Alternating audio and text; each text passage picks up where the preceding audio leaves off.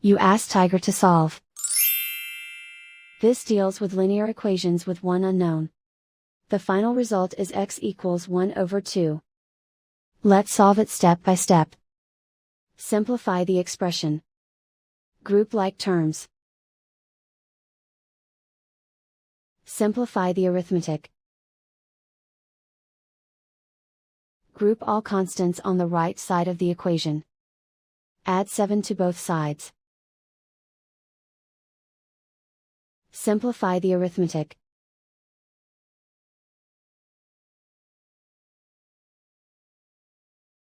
Isolate the x. Divide both sides by 14. Simplify the fraction. Find the greatest common factor of the numerator and denominator. Factor out and cancel the greatest common factor. And so the final result is x equals 1 over 2.